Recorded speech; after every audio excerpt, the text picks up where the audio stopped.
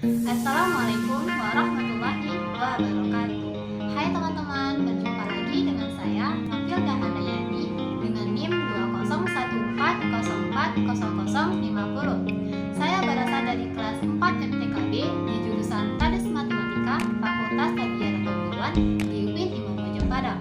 Video kali ini saya buat sebagai pengganti UAS dengan mata kuliah Evaluasi Pembelajaran Matematika dengan dasar pengampunya yaitu Ibu Rita Putri Utami MPD. Untuk lebih jelas dan lebih memahaminya, teman-teman bisa melihat dan mendengarkan video selanjutnya. Selamat menyaksikan. Baiklah, di sini saya akan menjelaskan materi-materinya. Yang pertama, validitas tes dan reliabilitas tes. Yang kedua, analisis tes yaitu indeks kesukaran, daya pembeda, validitas, dan reliabilitas. Yang ketiga, pengembangan alat evaluasi aspek sikap. Selanjutnya yang keempat, pengembangan alat evaluasi aspek keterampilan. Yang kelima, men-skor dan menilai dengan acuan norm referensi dan kriterion referensi serta menentukan batas lulus. Dan yang keenam, tindak lanjut hasil evaluasi. Nah, kita masuk ke materi yang pertama yaitu validitas tes dan reliabilitas tes. A. Pengertian validitas. Secara bahasa, tes validitas berasal dari kata validity yang berarti sejauh mana ketepatan dan kecermatan suatu alat ukur dalam menentukan fungsi ukurnya. Sedangkan secara istilah, validitas tes merupakan suatu ukuran yang menentukan kevalidan dan kesahihan suatu tes. Sedangkan menurut Sugiono, validitas suatu tes berhubungan dengan tingkat akurasi tes tersebut. Tes dikatakan valid jika tes tersebut dapat digunakan untuk mengukur apa yang hendak diukur. Poin B, teknik-teknik validitas tes.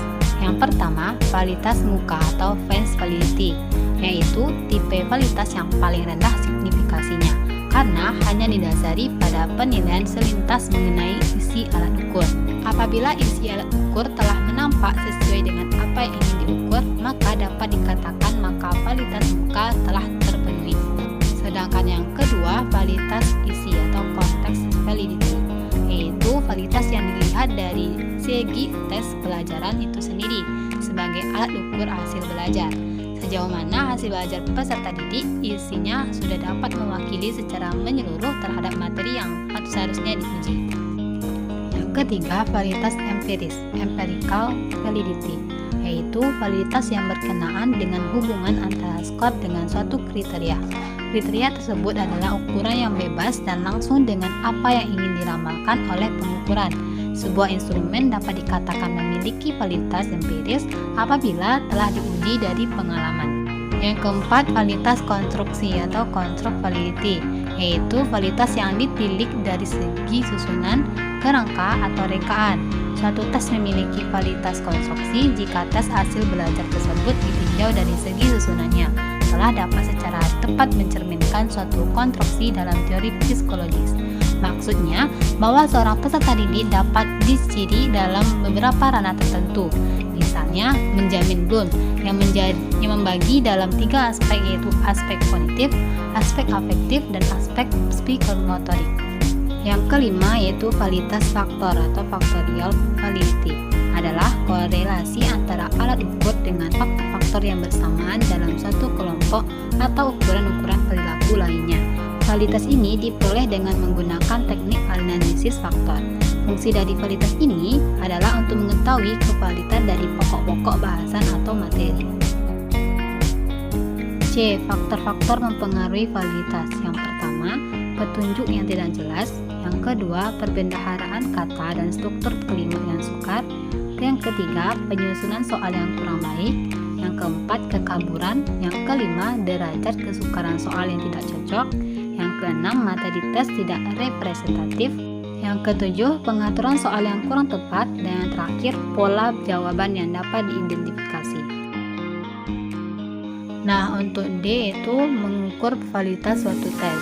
Teknik korelasi produk momen. Yang pertama, korelasi produk momen dengan simpangan. Dengan rumus RXY sama dengan sigma XY per akar dari sigma X kuadrat dikali dengan sigma Y kuadrat dengan simpangan. Yang kedua, korelasi produk momen dengan angka kasar. dengan rumus RXY sama dengan N kali sigma XY dikurang sigma X dikali sigma Y per akar dari N sigma X kuadrat dikurang sigma X kuadrat dikali N sigma Y kuadrat dikurang sigma Y kuadrat. Sehingga dari kedua hitungan di atas terdapat perbedaan 0,003 lebih besar pada simpangan karena adanya pembulatan. Selanjutnya pengertian reliabilitas tes. Secara bahasa, reliabilitas berasal dari kata reliable yang artinya dapat dipercaya. Secara istilah, reliabilitas adalah sejauh mana hasil pengukuran dapat dipercaya. Menurut Sumarni Subarata, reliabilitas menunjukkan sejauh mana hasil pengukuran dengan alat tersebut dapat dipercaya. Hasil pengukuran harus reliable dalam artian harus memiliki tingkat konsistensi dan kemantapan. Dari beberapa pengertian di atas dapat disimpulkan reliabilitas tes merupakan suatu alat ukur yang digunakan untuk mengetahui konsistensi pengukuran tes yang hasilnya menunjukkan tetap tidak berubah-ubah. F. Teknik-teknik reliabilitas. Yang pertama, reliabilitas tes ulang. Test reliability merupakan derajat di mana skor tes tetap konsisten sepanjang masa, yang menunjukkan sebaran skor yang terjadi dari beberapa kegiatan ujian sebagai hasil dari kesalahan pengukuran. Reliabilitas ini biasanya menggunakan formula 20 KR20 dan formula 21 KR21. Kedua, reliabilitas belah dua atau Spielhaus reliability merupakan jenis reliabilitas yang didasarkan pada konsistensi internal dari suatu tes.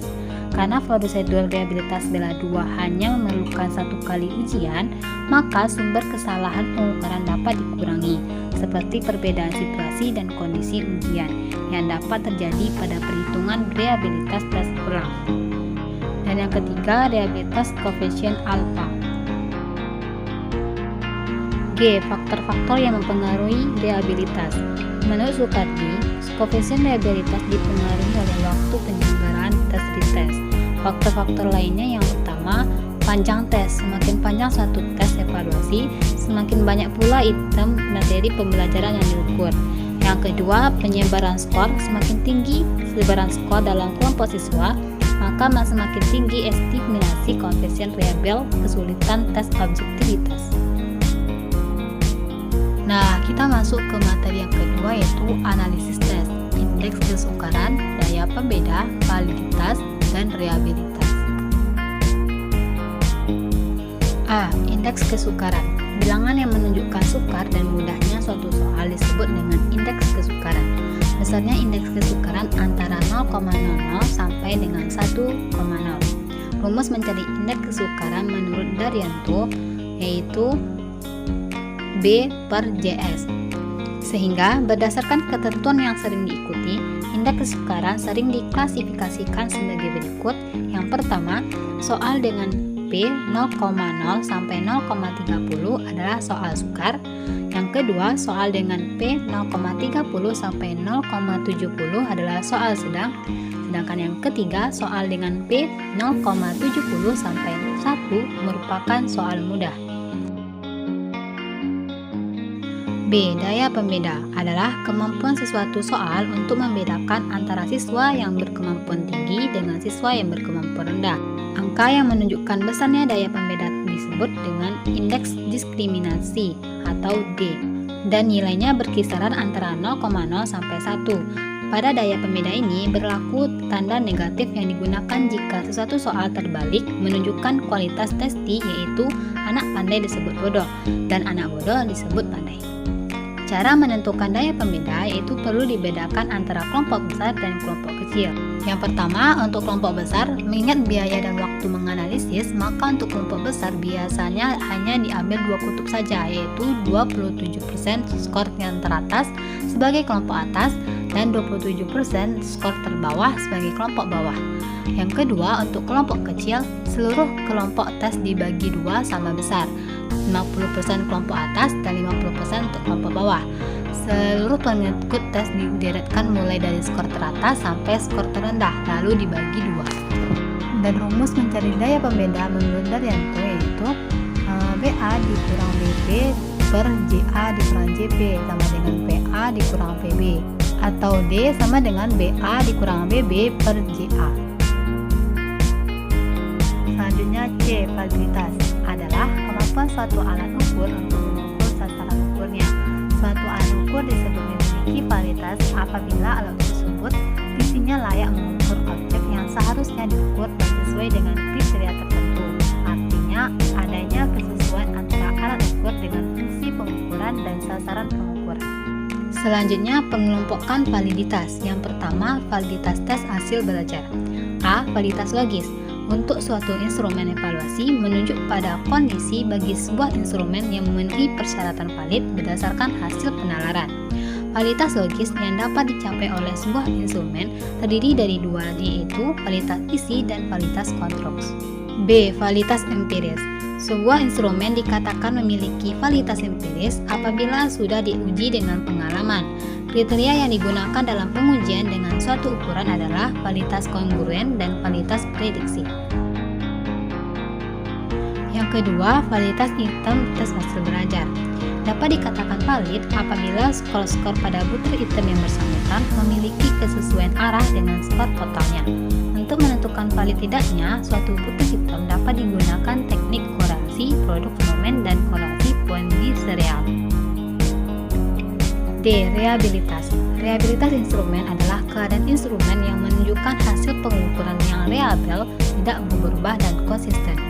Beberapa faktor penting yang mempengaruhi reliabilitas suatu tes yaitu: yang pertama, kemampuan peserta tes atau subjek uji coba. Yang kedua, semakin besar jumlah peserta tes, semakin besar reliabilitas. Yang ketiga, panjang pendeknya tes. Yang keempat, evaluasi yang subjektif juga akan menurunkan reliabilitas. Yang kelima, yang terakhir, hal yang berhubungan dengan penyelenggaraan tes. Nah, kita masuk ke materi yang ketiga, yaitu pengembangan alat evaluasi aspek sikap. A. Pengertian penilaian sikap adalah suatu penilaian yang mengarah pada perilaku peserta didik baik di dalam maupun di luar kelas, yang mencangkup aspek budi pekerti, minat, perasaan, dan emosi peserta didik karena sangat berperan penting untuk masa depan peserta didik kelak. B. Kategori penilaian sikap. Yang pertama, receiving atau attending. Kepekaan dalam penerimaan rangsangan atau stimulus yang datang dari luar. Receiving atau attending adalah peserta didik dibina agar mereka mau menerima nilai-nilai yang diajarkan kepada mereka, seperti pengajaran tentang arti pentingnya disiplin. Yang kedua itu responding, reaksi yang diberikan oleh seseorang terhadap stimulus yang dari luar. Responding adalah reaksi peserta didik setelah diberikan stimulus. Receiving atau attending setelah peserta didik memiliki keinginan untuk lebih mempelajarinya dan menggali lagi pengajaran yang telah didapat. 3. Valuing. Berkenaan dengan nilai dan kepercayaan terhadap stimulus, pada tahap ini peserta didik mampu menilai baik atau buruk pengajaran yang telah didapat dan dampak apa yang ditimbulkan dari pengajaran tersebut. 4. Organisasi. Pengembangan nilai ke dalam suatu sistem organisasi terdapat hubungan satu nilai dengan nilai lain. Pada tahap ini, peserta didik telah menerapkan apa yang telah didapat ke dalam kehidupan sehari-hari dan membentuk pola hidup peserta didik yang baik dan konsisten untuk jangka waktu yang lama. 5. Karakteristik nilai atau internalisasi nilai. Keterpaduan semua sistem nilai yang telah dimiliki seseorang untuk mempengaruhi pola kepribadian dan tingkah lakunya. Tahap ini merupakan tahap akhir di mana peserta didik telah benar-benar menerapkan nilai-nilai pengajaran yang telah didapat ke dalam kehidupan sehari-hari dan dapat mengubah pola pikir dan tingkah laku dari yang mungkin kurang baik menjadi lebih baik. C. Skala pengukuran renang afektif. Beberapa skala yang dapat digunakan untuk penilaian skala afektif. Yang pertama, skala Likert, yaitu digunakan untuk mengukur sikap, pendapat, dan persepsi seseorang atau sekelompok orang terhadap fenomena sosial. Yang kedua, skala Turton. Instrumen ini memuat pernyataan-pernyataan yang nantinya akan digunakan pada skala Turton yang sebenarnya. Instrumen ini diberikan kepada responden yang mempunyai karakteristik sama dengan responden yang hendak diukur. 3. Skala Fishbane. SPAS, Default Attitude Scale, telah mendesain ukuran pernyataan dari sikap ke arah pendidikan fisik pada kelas 5-8. Langkah pertama dalam pengembangan SPAS melibatkan identifikasi atribut yang relevan dengan sikap siswa pada olahraga. Tinjauan dalam literatur sama baiknya dengan open-ended kuesioner yang menanyakan kesukaan siswa, ketidaksukaannya, dan perasaan menghargai pendidikan olahraga, menyajikan masukan untuk pengembangan pernyataan. Yang keempat itu skala semantik diferensial adalah teknik skala dalam sekelompok item yang disebut dengan skala Anchoret atau skala Jakar atau yang membatasi setiap bipolar adjektif atau sikap yang berlawanan. D. Langkah-langkah penilaian sikap. Yang pertama, sikap terhadap mata pelajaran. Siswa seharusnya memiliki sikap yang lebih baik pada suatu mata pelajaran, misalnya matematika, pada akhir semester daripada ketika mata pelajaran tersebut diberikan pertama kali. 2. Sikap positif terhadap belajar. Siswa yang diharapkan memiliki sikap yang baik terhadap belajar, siswa yang memiliki sikap positif terhadap belajar cenderung menjadi pembelajar masa depan. Sikap positif terhadap belajar berarti siswa menyadari pentingnya belajar. Dengan begitu, siswa dapat lebih giat dalam belajar. 3. Sikap positif terhadap diri sendiri. Meskipun harga diri siswa dipengaruhi oleh keluarga dan kejadian di luar sekolah, hal-hal yang terjadi di kelas diharapkan dapat meningkatkan harga diri siswa. Sikap positif terhadap diri sendiri berarti kita percaya terhadap kemampuan kita sendiri dan berusaha meningkatkan percaya diri kita ketika di dalam kelas. Yang keempat atau yang terakhir, sikap positif terhadap perbedaan. Siswa perlu mengembangkan sikap yang lebih toleran dan menerima perbedaan seperti etnik, gender, kebangsaan, dan keagamaan. Selain itu, penilaian afektif juga dapat dilihat atau melihat fokus nilai semacam kejujuran, integritas, keadilan, dan nilai kebebasan. Selanjutnya materi yang keempat yaitu pengembangan alat evaluasi aspek keterampilan. A. Pengertian keterampilan adalah penilaian yang dilakukan untuk mengukur kemampuan peserta didik dalam menerapkan pengetahuan dalam melakukan tugas tertentu di berbagai macam konteks sesuai dengan indikator pencapaian kompetensi. Penilaian keterampilan dapat dilakukan dengan berbagai teknik, antaranya penilaian praktik, penilaian produk, penilaian proyek, dan penilaian portofolio. B. Teknik penilaian keterampilan, yaitu pendidik menilai kompetensi keterampilan melalui penilaian kinerja, yaitu penilaian yang menuntut peserta didik mendemonstrasikan sesuatu. Penilaian keterampilan yang pertama praktik mengukur capaian pembelajaran yang berupa keterampilan proses. Yang kedua produk mengukur capaian pembelajaran yang berupa keterampilan dalam membentuk produk-produk teknologi dan seni. Yang ketiga proyek mengukur kemampuan siswa dalam mengaplikasikan pengetahuannya melalui penyelesaian suatu tugas proyek dalam periode tertentu. Yang terakhir yang keempat portofolio, sampel karya siswa terbaik dari KD dan KI 4 untuk mendeskripsikan capaian kompetensi keterampilan dalam satu semester. C. Tahap-tahap penilaian keterampilan. Yang pertama, perencanaan penilaian praktik.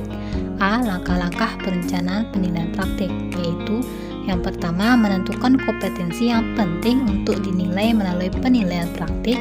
Yang kedua, menyusun indikator hasil belajar berdasarkan kompetensi yang akan dinilai. Yang ketiga, menyusun kriteria ke dalam rubrik penilaian. Yang keempat, menyusun tugas sesuai rubrik penilaian. Yang kelima, menguji cobakan tugas. Yang terakhir, yang keenam, menyusun kriteria atau batas kelulusan atau batas standar minimal capaian kompetensi siswa. Selanjutnya B. Penyusunan kisi-kisi. Teman-teman bisa melihat contoh kisi-kisi penilaian praktik pada gambar di samping. Yang C. Penyusunan instrumen. Yang pertama, mengarahkan siswa untuk menunjukkan capaian hasil belajar. Yang kedua, dapat dikerjakan oleh siswa. Yang ketiga, mencantumkan waktu atau kurun waktu pengerjaan tugas. Yang keempat, sesuai dengan taraf perkembangan siswa.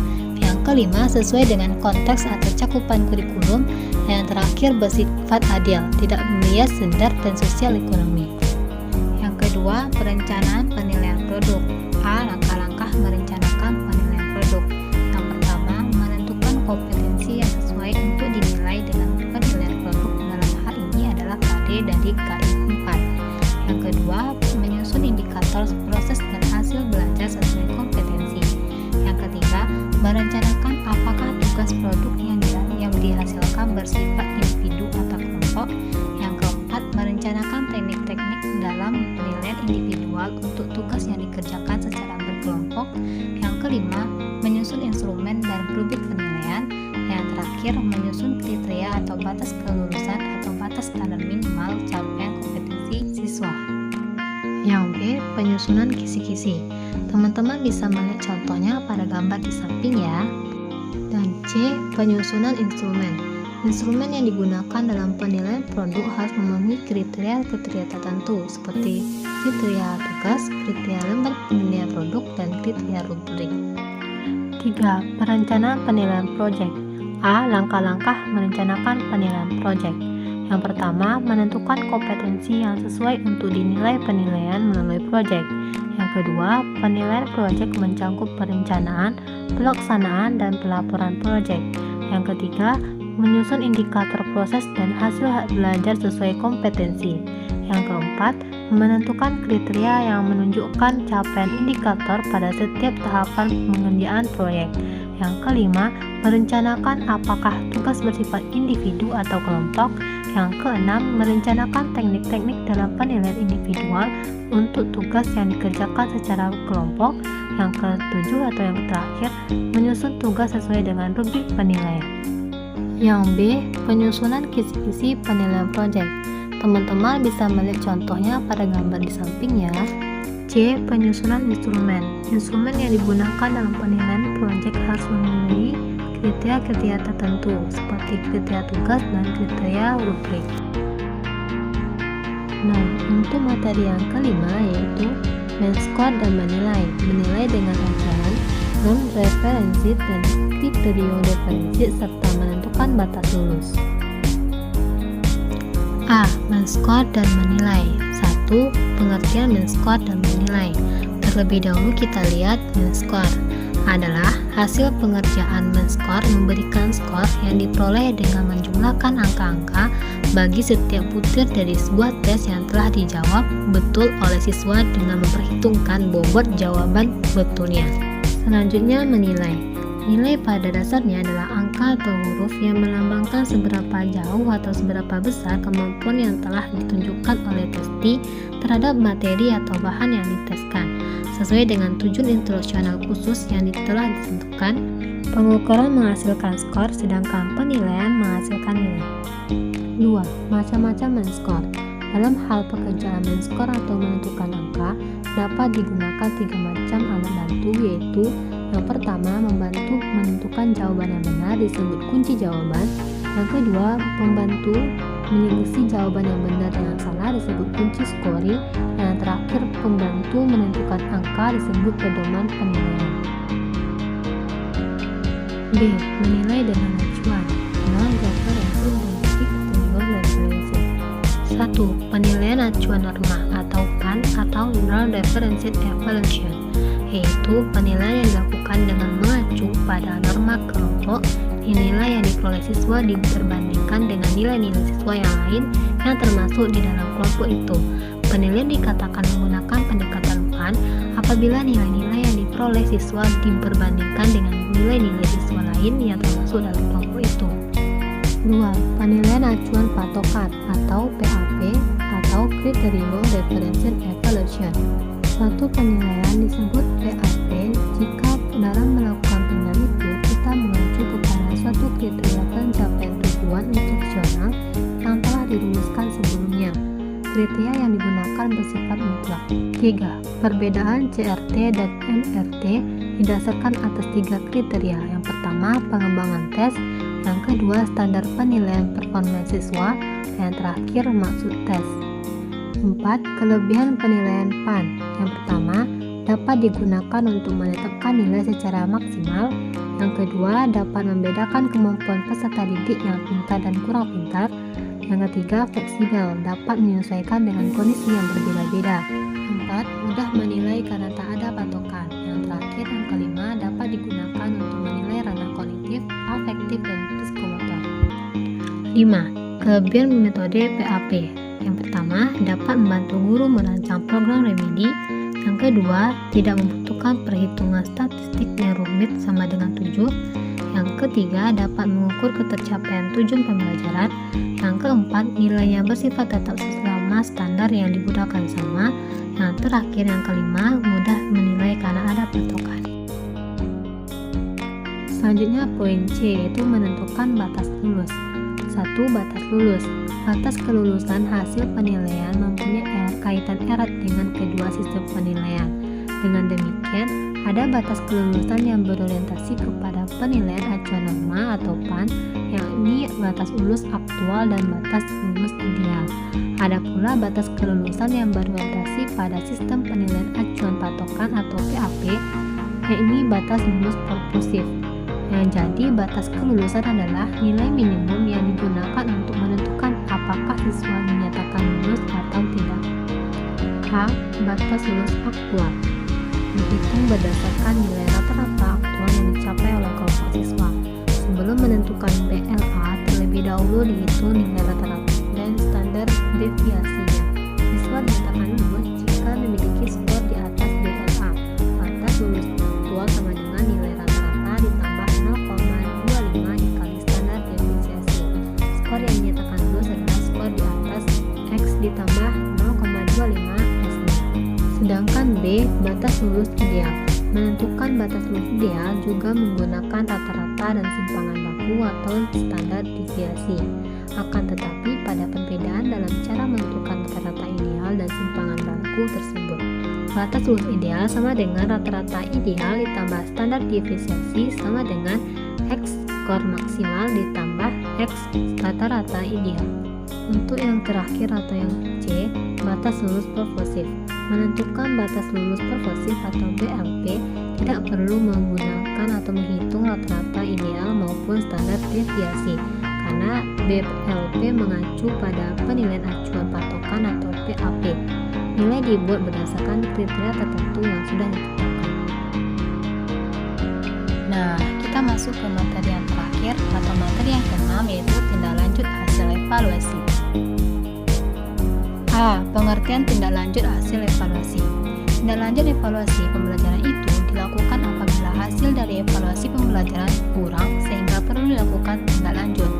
Evaluasi proses pembelajaran tindak lanjut pada dasarnya berkenaan dengan pembelajaran yang akan dilaksanakan selanjutnya dan evaluasi pembelajarannya. Pembelajaran selanjutnya merupakan keputusan tentang upaya perbaikan pembelajaran yang akan dilaksanakan sebagai upaya peningkatan mutu pembelajaran. Sedangkan tindak lanjut evaluasi pembelajaran berkenaan dengan pelaksana dan instrumen evaluasi yang telah dilaksanakan mengenai tujuan, proses, dan instrumen evaluasi proses pembelajaran. B. Kegiatan dalam tindak lanjut evaluasi hasil pembelajaran. Kegiatannya dapat diuraikan berdasarkan langkah-langkah sebagai berikut. Yang pertama, identifikasi kelebihan dan kelemahan laporan hasil evaluasi pembelajaran.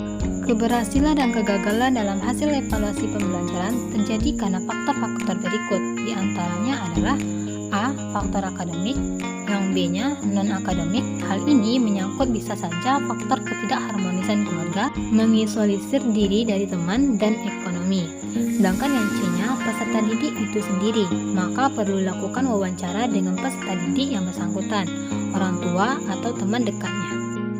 2. Laporan hasil belajar. Laporan hasil belajar ini adalah suatu bentuk laporan yang berisi tentang data hasil penilaian belajar siswa yang bertujuan untuk memperbaiki dan meningkatkan kualitas proses pembelajaran. Laporan hasil belajar siswa yang baik seharusnya mencakupi aspek kognitif, aspek afektif, dan aspek psikomotorik. Berikut ini laporan diperuntukkan: A. Laporan untuk instansi pendidikan, B. Laporan untuk siswa, C. Mengetahui hasil belajar diri, D. Laporan untuk orang tua, dan yang E. Laporan untuk pakar atau tokoh pendidikan. 3. Merancang program pembelajaran remedi atau perbaikan merupakan layanan pendidikan yang diberikan kepada peserta didik untuk memperbaiki prestasi belajarnya sehingga mencapai kriteria ketuntasan yang ditetapkan. Adapun langkah-langkah yang dapat dilakukan dalam melaksanakan pembelajaran remedi antara lain: A. Analisis kebutuhan. Kegiatan yang dilakukan adalah dengan identifikasi kesulitan dan kebutuhan siswa. B. Merancang motivasi belajar siswa dan lainnya. C. Melakukan pembelajaran, yaitu dengan merancang rencana pembelajaran dengan kegiatan merancang belajar bermakna, memilih pendekatan, metode atau teknik dan bahan. E. Menyusun rencana pembelajaran, yaitu dengan cara memperbaiki rencana pembelajaran yang telah ada dan beberapa komponen perlu disesuaikan dengan hasil analisis kebutuhan siswa.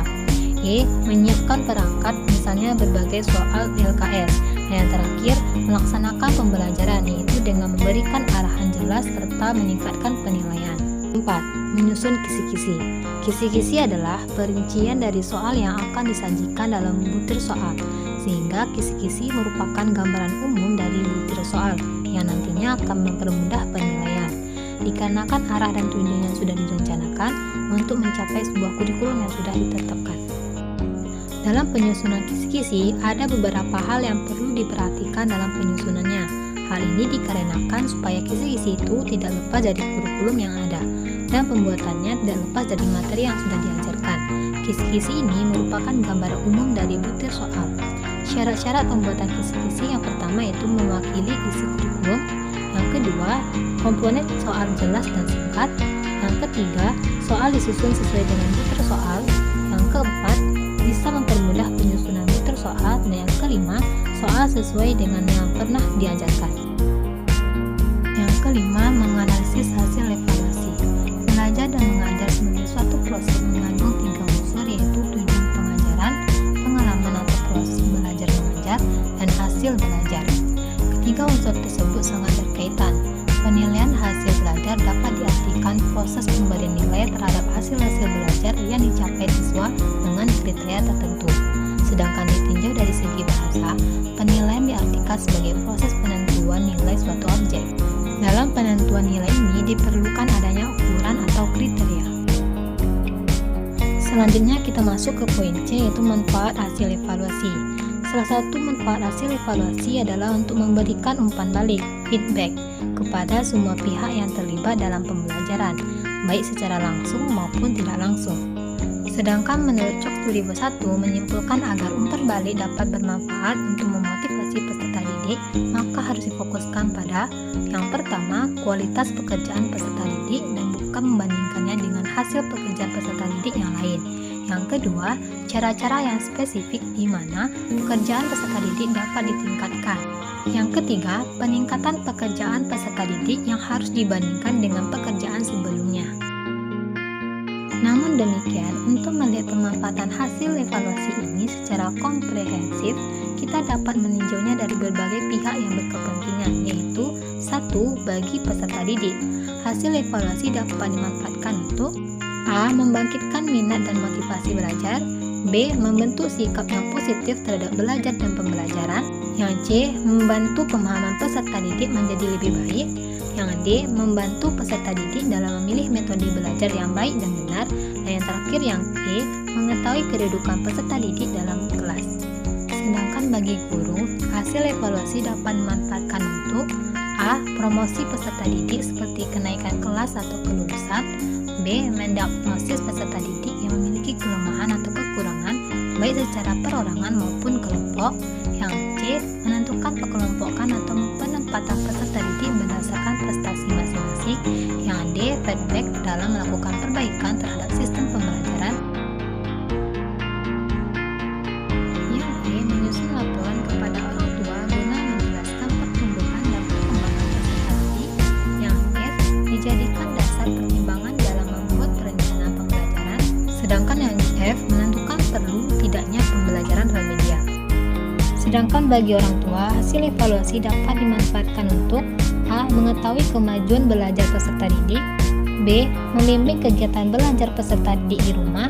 Yang C. Menentukan tindak lanjut pendidikan yang sesuai dengan kemampuan anaknya. Dan yang D. Mempraktikkan kemungkinan berhasil tidaknya anak tersebut dalam bidang pekerjaannya. Dan yang terakhir bagi administrator madrasah, hasil evaluasi dapat dimanfaatkan untuk yang A. Menentukan penempatan peserta didik. Yang B. Menentukan kenaikan kelas. Yang C. Mengelompokkan peserta didik di madrasah mengingat terbatasnya fasilitas pendidikan yang tersedia serta indikasi kemajuan peserta didik pada waktu yang mendatang. Sekian penjelasan dari saya dan saya mohon maaf jika ada kesalahan. Syukron, saya akhiri. Assalamualaikum warahmatullahi wabarakatuh.